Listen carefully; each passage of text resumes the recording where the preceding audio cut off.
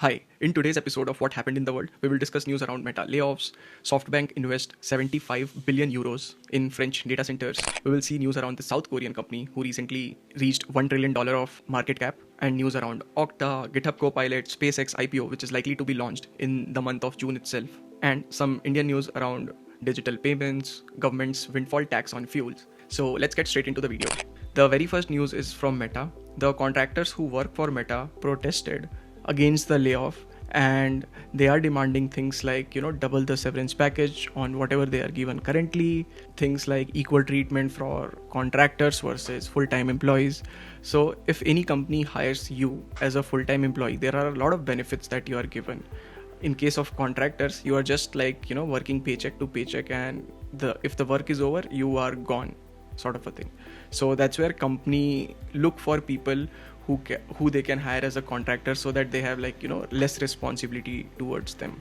And all of this happened in Meta's European headquarters. Up next, we have news from SoftBank. So SoftBank has committed to invest up to 75 billion euros in French data centers. So if you don't know SoftBank is this really popular VC firm, and they are taking really aggressive bets on this whole data center business. If you remember, back in 2025, they have committed to invest up to $500 billion for the Stargate project. I think OpenAI's Sam Altman, Larry Ellison from Oracle, and SoftBank was involved in this thing. So it will be really good to see what happens. And currently, if you see, the world is moving towards a place where if you own a data center, it's likely that you will get a lot of money, and the businesses who are building data center or anywhere involved in the data center processes, they are doing great. The future is optimistic because of this AI boom. Next up, we have news from SK Hynix. So this is a company which is based out of South Africa, and they also operate in semiconductor manufacturing. So they produce DRAMs, memory flash, and things on those lines. And recently, they have also crossed 1 trillion market cap. As I mentioned earlier, if you are into this space, like manufacturing things which will make the data centers, future is very optimistic for these kind of companies, and breaking into this space as of now is very hard. Next up, we have news from Okta. So Okta revenues in Q1 grew over 11%. This quarter, they did roughly $790 million.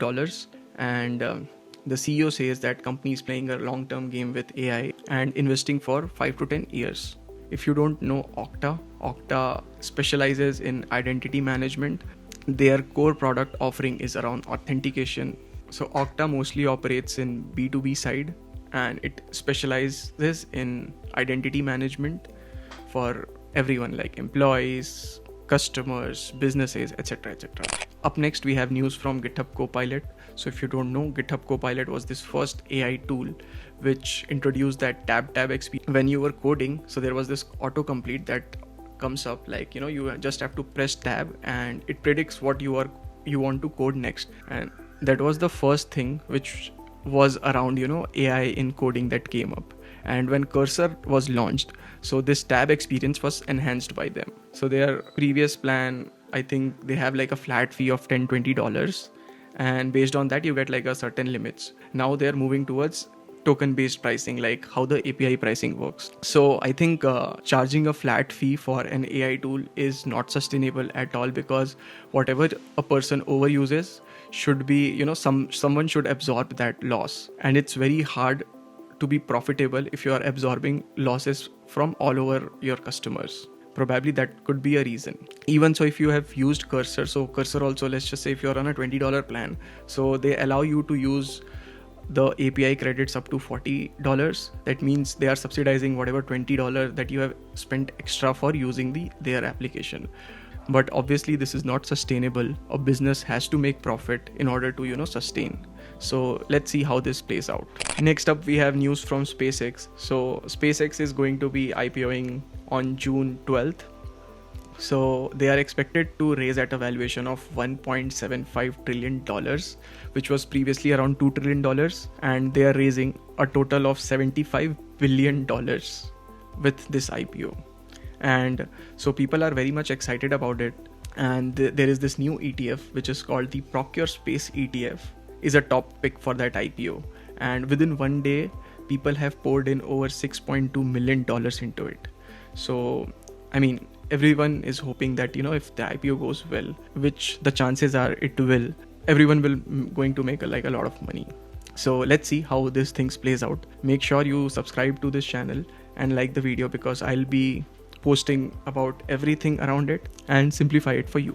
Up next, we have the news from Vijay Shekhar Sharma, who is Paytm CEO, and he is expecting a significant expansion in the digital payments as the this AI thing plays out. And digital payments really makes it easy for making that thing sustainable. We will see a likely growth in this sector as well. And let's just say 5 years from now, if AI agents are making the payments, then we can see a very much boom in this numbers, because there could be infinite number of AI agents. So there is no stopping from there.